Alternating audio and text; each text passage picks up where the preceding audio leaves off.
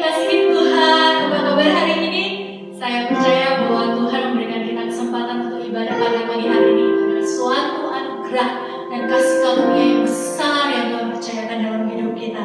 Mari kita siapkan hati kita siapkan pikiran kita siapkan segala sesuatu untuk kita persembahkan pujian penyembahan yang terbaik buat Tuhan pada pagi hari ini. Haleluya.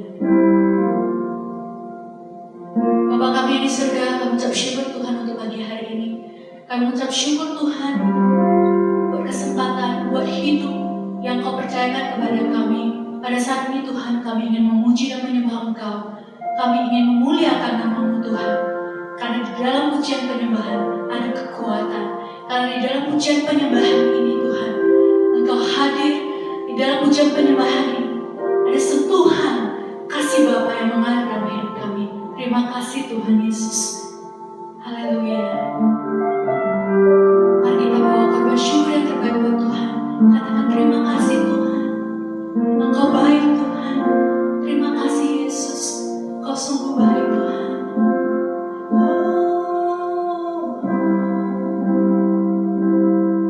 Kami bersyukur.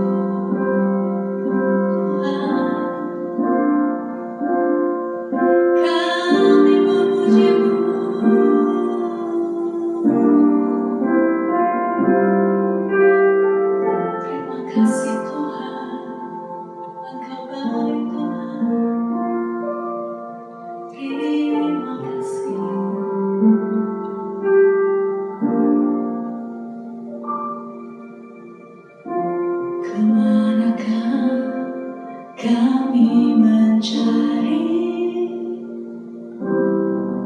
kasih sejati. Kemanakah kami berseru saat badai datang menderu? Yang kami tahu hanya Kau yang mampu pulihkan segala sesuatu. Kami perlukan keajaiban-Mu. Kami rindukan sentuhan tangan-Mu. Kami tak dapat jalan sendiri. Kami perlukan Tuhan.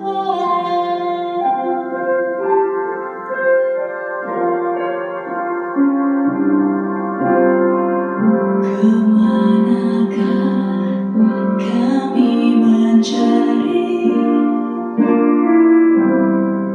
kasih sejati? Kemanakah kami berseru saat badai datang menderu? Yang kami tahu hanya Kau yang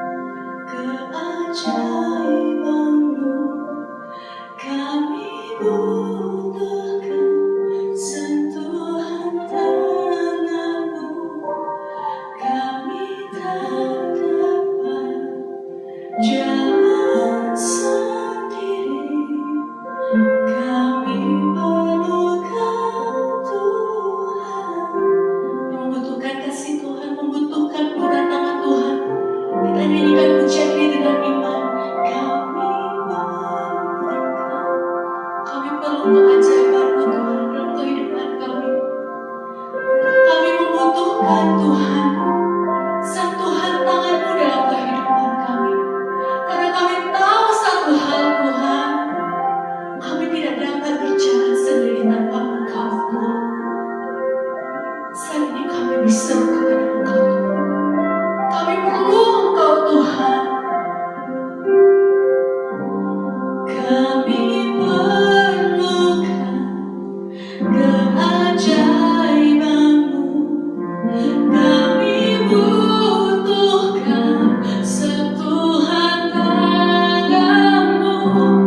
Kami tak dapat jalan sendiri. Kami perlu Kau Tuhan. Kami perlukan keajaiban-Mu. Kami butuhkan sentuhan tangan-Mu. Kami tak dapat jalan sendiri. Kami perlu Kau Tuhan. Kami perlu Kau Tuhan. Kami perlu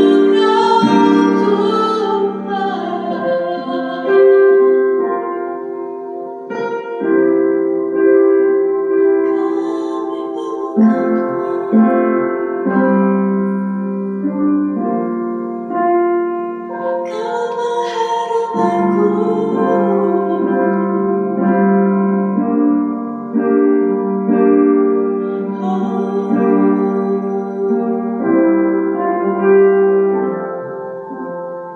hanya Kau satu-satunya Tuhan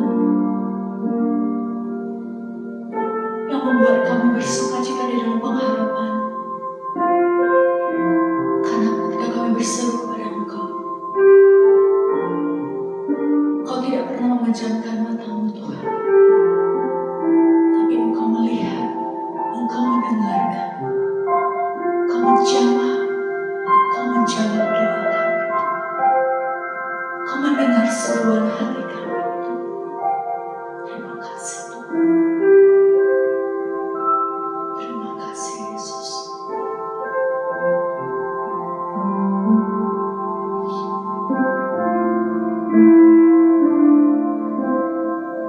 Mari kita menikmati hadirat Tuhan.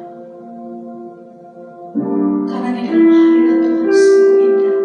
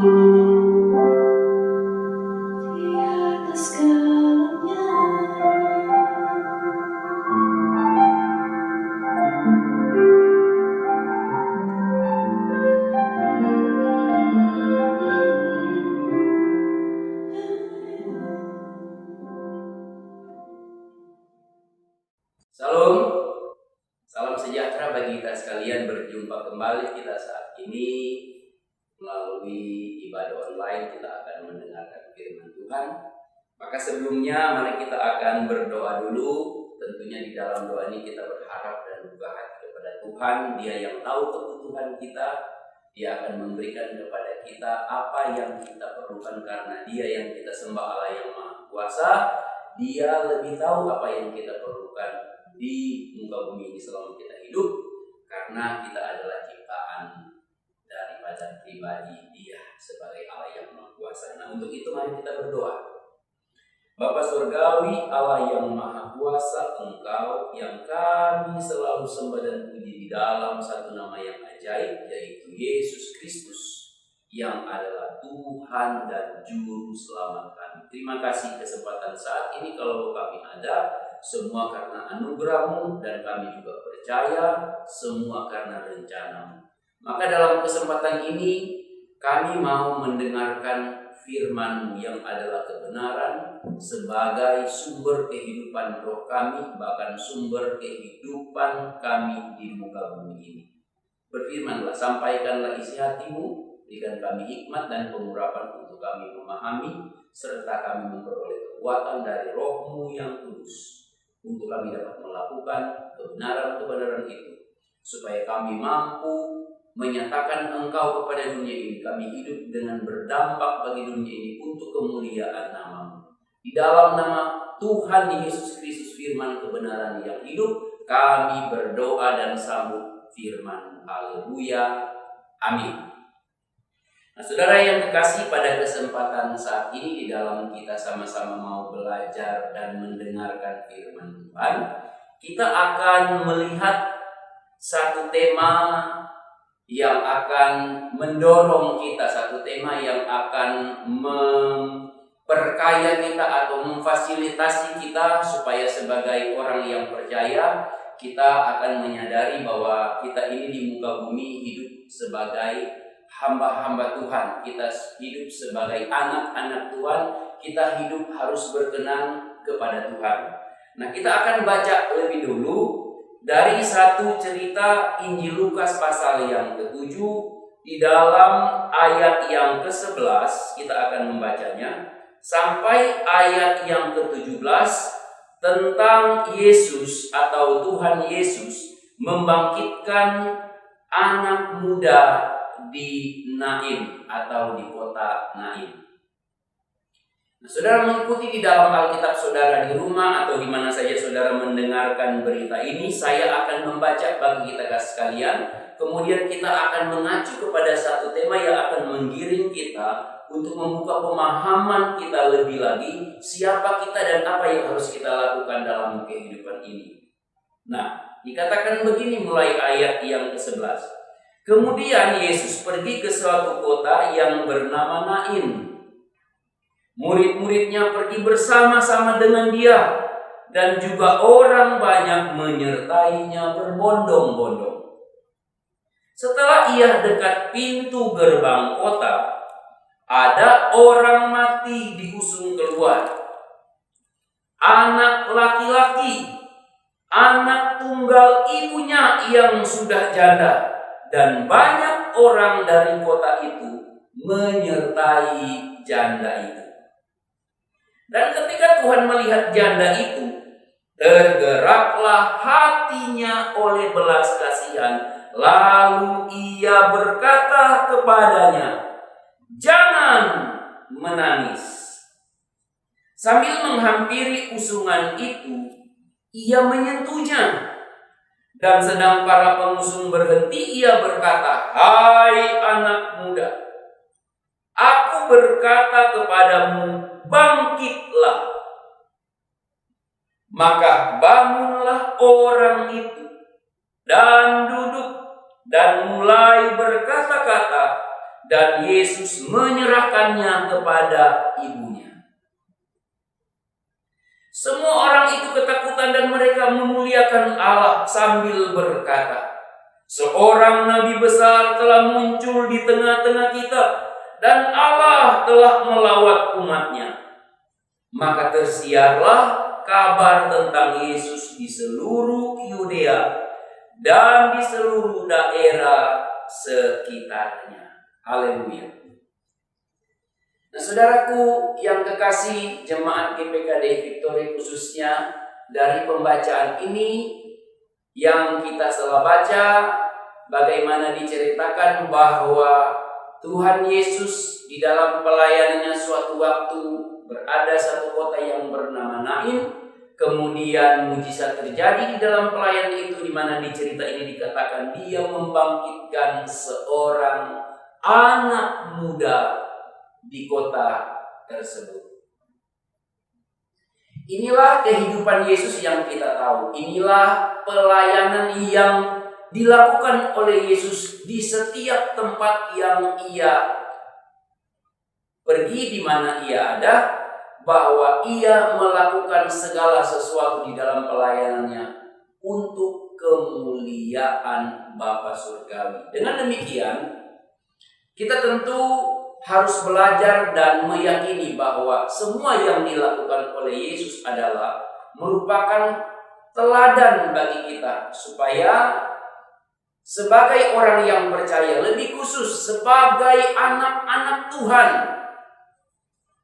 sebagai hamba-hamba Tuhan, kita harus tahu bahwa kalau kita ada di muka bumi ini, ada maksud dan rencana Tuhan di dalam kehidupan kita. Sebab itu, untuk memahami hal-hal itu, yaitu bicara status kita di dalam Tuhan, pekerjaan dan tugas kita di dalam Tuhan, kita harus punya beberapa hal. Yang pertama, kita harus punya yang namanya kebenaran, yaitu firman Tuhan.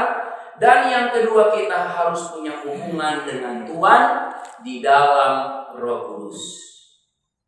Nah, dari tema ini, dari cerita ini mengenai Yesus membangkitkan seorang anak muda di Nain, saya ingin membawa kita ke dalam satu tema yang khusus, yaitu bagaimana supaya kita menjadi pelayan yang berdampak baik di dalam pelayanan kita.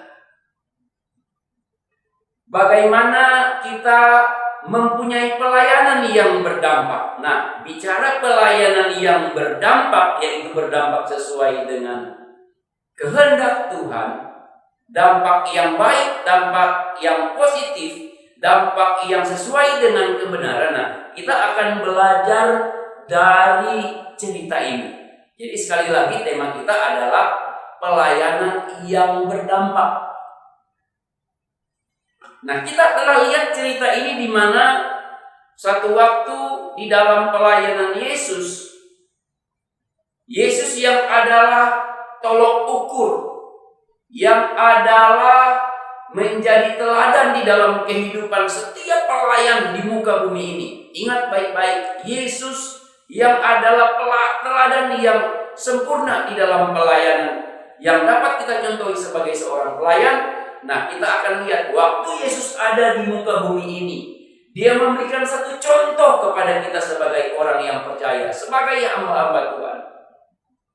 Ketika dalam satu pelayanan dia ada dalam sebuah kota yang bernama Nain, ada banyak orang yang berbondong-bondong mengikuti dia.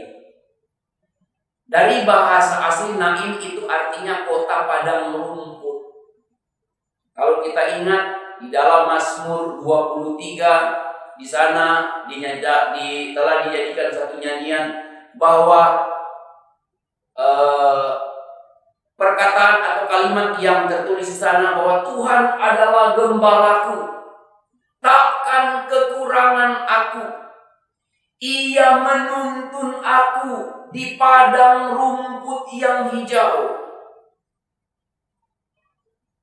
Saudara yang kekasih, di dalam cerita ini mengingatkan bahwa Allah yang diperkenalkan sebaiknya oleh Yesus, dia adalah gembala yang baik. Dan sebagai gembala yang baik dinyatakan di dalam pribadi Yesus, sehingga ada banyak orang yang berbondong-bondong mengikuti dia sebagai gembala. Yesus pun pernah berkata, "Akulah gembala yang baik." Yesus mengatakan demikian. Kenapa? Dengan demikian kita akan belajar bahwa kita harus mampu menyatakan diri kepada banyak orang bahwa kita memang adalah gembala yang baik atau pelayan yang baik di dalam rencana Tuhan selama kita ada di muka bumi ini. Sebagai gembala yang baik, ada banyak orang yang berbondong-bondong mengikuti dia memasuki kota Nain, memasuki kota padang rumput yang sementara menghijau. Pokoknya kalau ikut Yesus, ia akan menuntun kita ke air yang tenang, membaringkan kita di padang rumput yang hijau. Itu jaminan Allah di dalam Yesus, karena dia gembala yang baik. Tidak ada gembala yang baik yang membiarkan domba-dombanya, umat gembalaannya itu menjadi kelaparan atau menjadi tercerai-berai. Ada tanggung jawab daripada seorang gembala untuk mengayomi, menjaga, melindungi. Nah, inilah yang dicontohkan Yesus ketika dia masuk kota Nain. Ada banyak orang mengikuti dia. Anehnya, saudara yang kekasih, ada yang bertolak belakang. Ada kondisi yang paradoks ketika Yesus masuk pintu gerbang kota Nain. Dia bertemu dengan kelompok yang lain, yaitu kelompok yang bukan dipimpin oleh Yesus, tapi kelompok yang dipimpin oleh orang yang mati. Kalau yang pertama, yang orang banyak berbondong-bondong dipimpin oleh Yesus, dia adalah gembala yang baik, dia memberikan hidup. Tapi kelompok yang kedua keluar dari kota Nain, dipimpin oleh orang mati. Saudara, sementara sampai di sini, kita harus memastikan saat ini kita ada dalam posisi mana. Ada di posisi mana? Dipimpin oleh Yesus sebagai gembala yang baik yang memberi hidup, atau dipimpin oleh orang yang mati? Dipimpin oleh orang yang mati tidak punya pengharapan. Dipimpin oleh orang mati hanya punya tangisan. Dipimpin oleh orang mati hanya punya keluh kesah. Dipimpin oleh orang mati tidak bisa berharap apa-apa. Tapi kalau dipimpin oleh Yesus, ingat baik-baik, dia memberi pengharapan kepada kita. Nah, itu sebabnya kalau kita berbicara tentang pelayanan yang bisa berdampak dalam hidup ini, apa yang harus terjadi dalam hidup kita? Mari kita belajar dari pribadi Yesus di dalam cerita ini.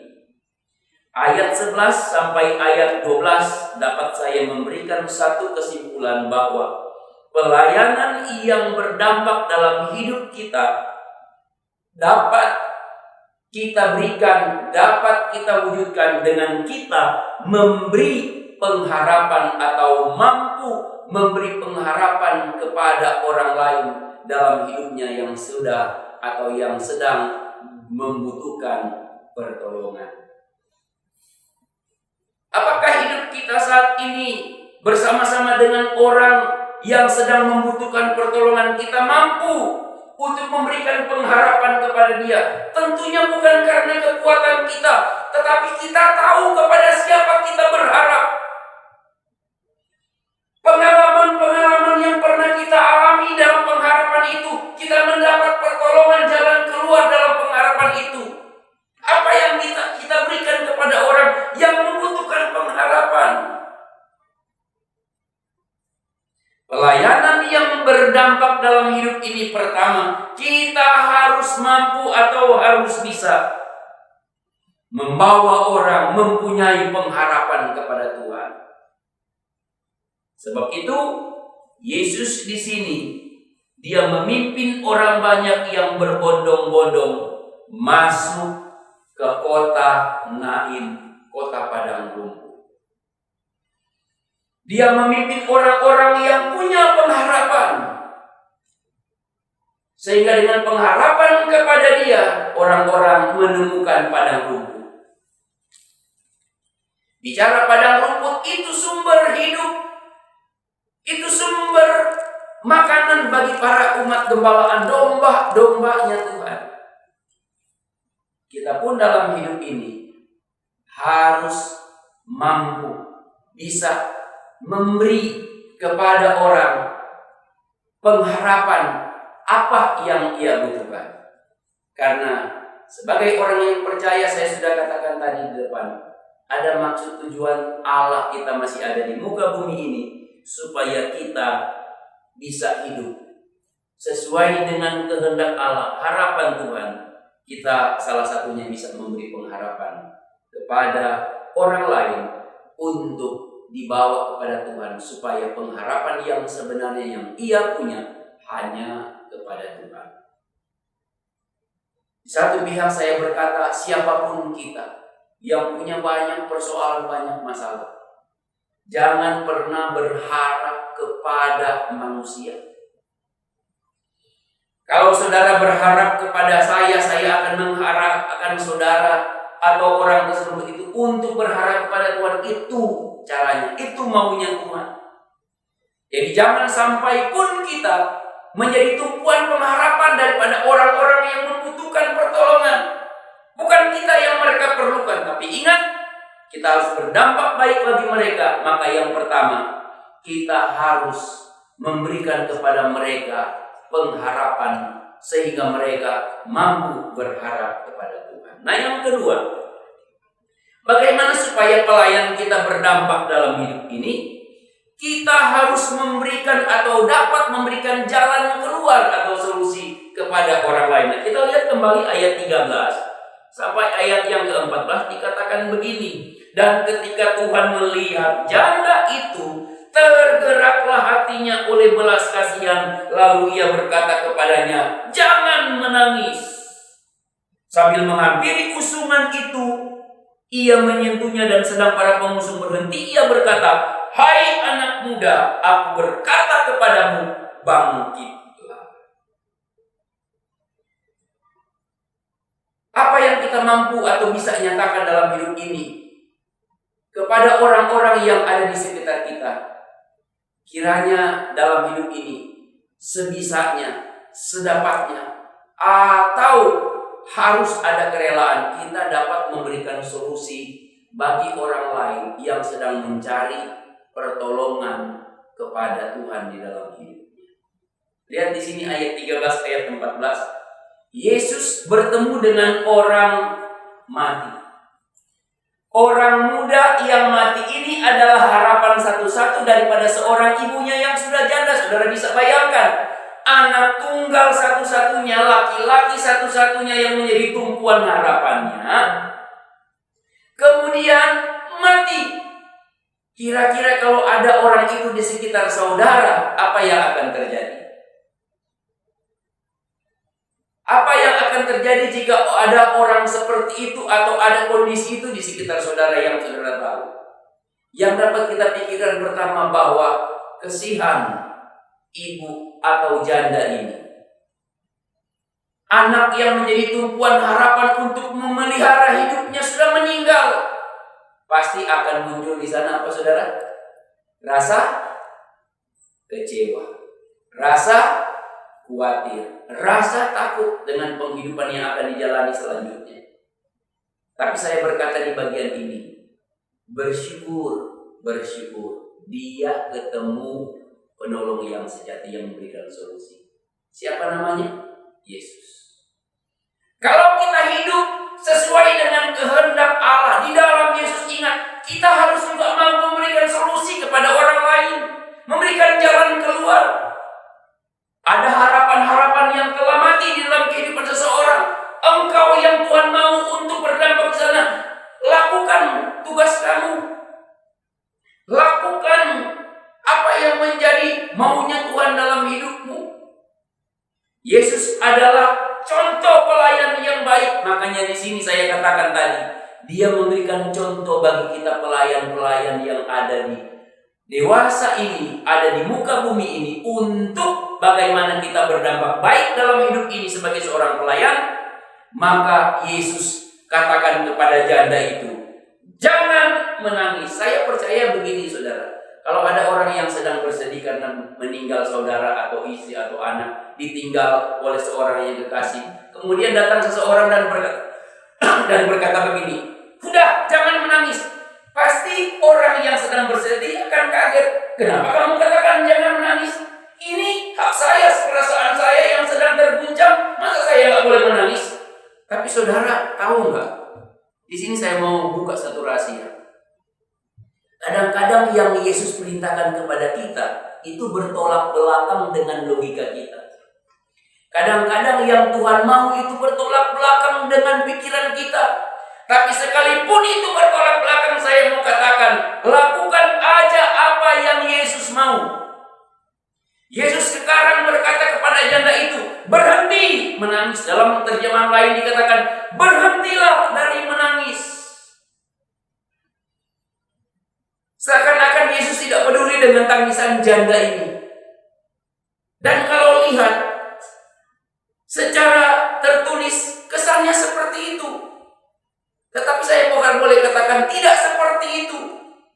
Tapi justru Yesus mau mengatakan atau mau menyatakan sesuatu yang penting daripada engkau menangis. Karena engkau dengar perkataan saya, berhenti dulu sebab engkau harus tahu ada yang aku harus lakukan. Ketika janda itu berhenti dari menangis, apa yang Yesus lakukan? Dia menghampiri kusungan itu dan dia menyentuh orang muda itu dan berkata, anak muda, aku mau saat ini engkau bangkit.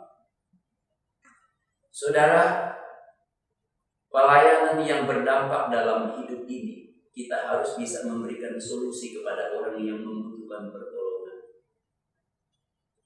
Jangan dikira pelayanan itu gengsi-gengsian, itu selalu ada di depan orang banyak, ada di depan mimbar, ada di dalam pelayanan yang gemerlap. Kemudian saudara katakan itulah pelayanan yang sebenarnya, itu juga pelayanan. Tetapi pelayanan yang sebenarnya yang berkenan kepada Tuhan adalah kita mampu melakukan segala sesuatu sesuai dengan maunya Tuhan. Itulah pelayanan. Banyak pelayanan di muka bumi ini.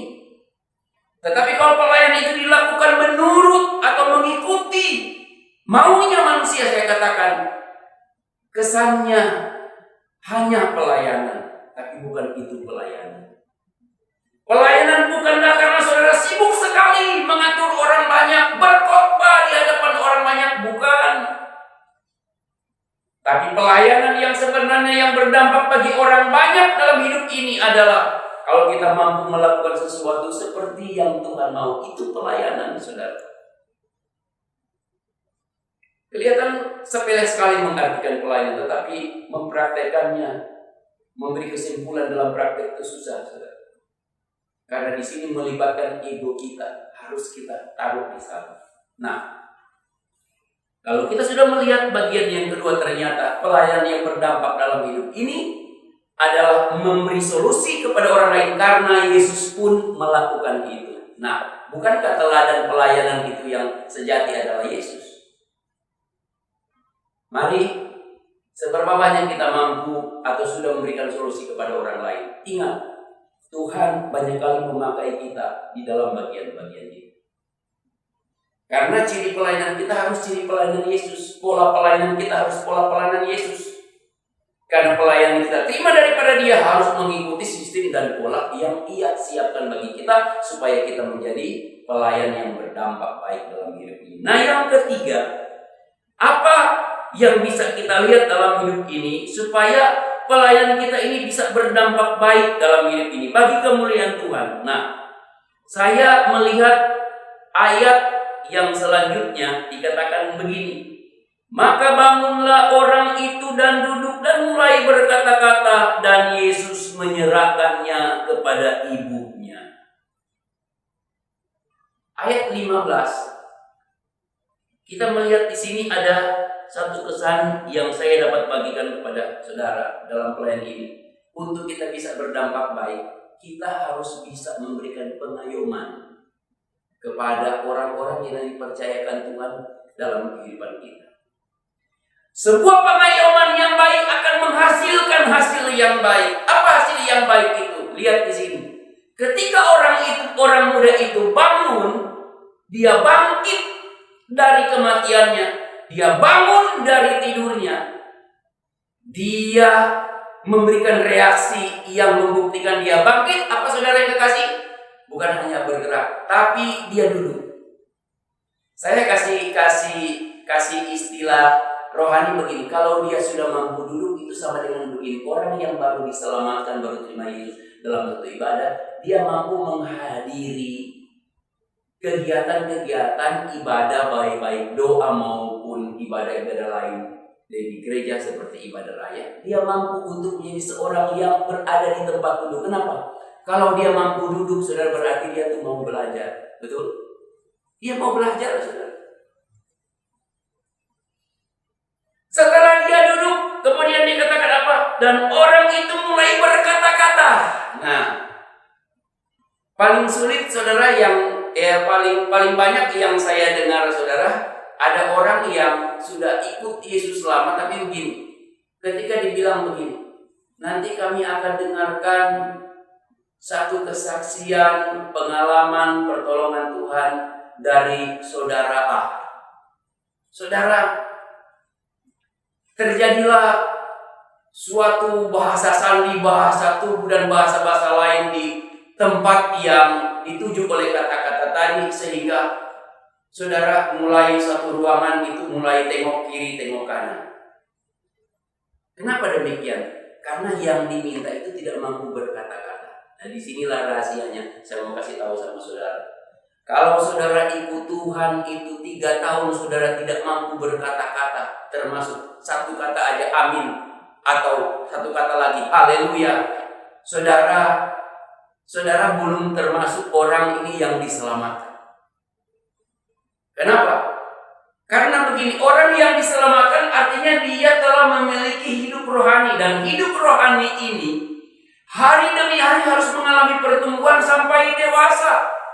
Karena kehidupan rohani seseorang itu tidak menjadi dewasa waktu dia lahir kembali, atau lahir baru, atau percaya kepada Yesus.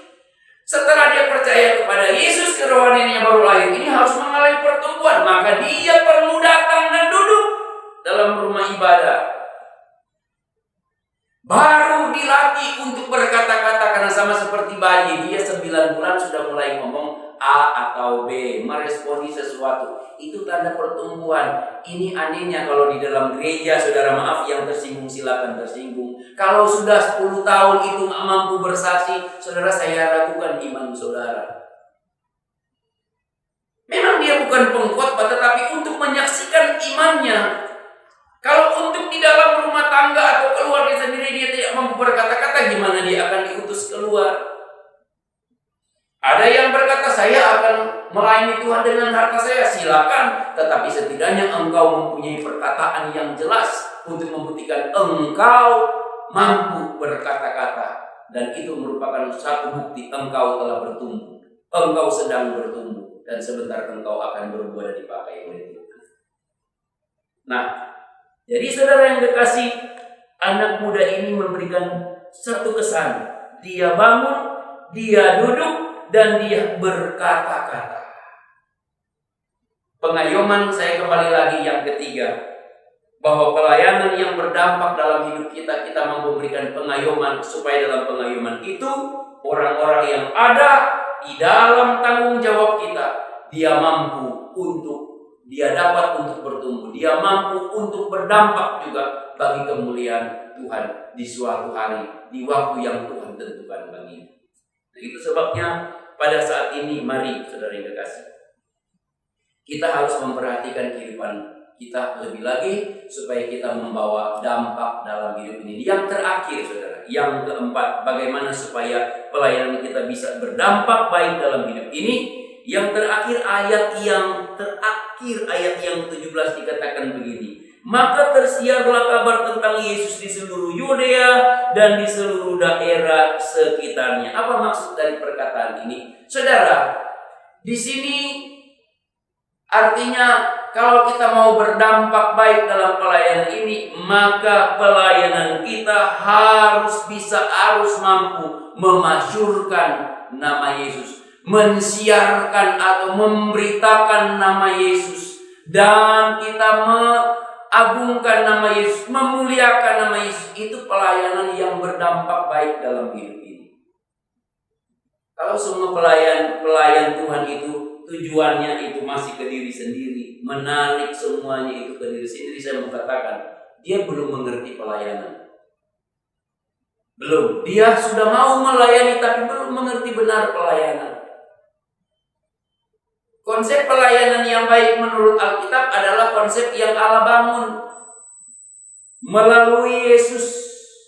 Kalau zaman perjanjian lama konsep itu ditaruh di kemah sembahyang, kemah Musa, atau taruh di bait Allah. Tetapi zaman sekarang konsep itu ditaruh dalam satu wujud pribadi yang bisa kita lihat. Itulah pribadi Yesus.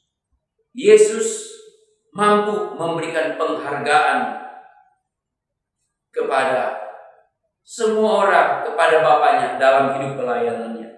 Yesus memberikan solusi, memberikan jalan keluar kepada setiap orang yang dijumpainya membutuhkan pertolongannya. Yesus mampu memberikan pengayoman, memberikan perlindungan sehingga orang-orang merasa terlindungi, merasa terayomi, bertumbuh di dalam pengayoman. Dan yang terakhir, Yesus mampu memasyurkan nama Allah, nama Bapaknya. Begitupun juga dengan kita. Mari dalam hidup ini kita harus berdampak.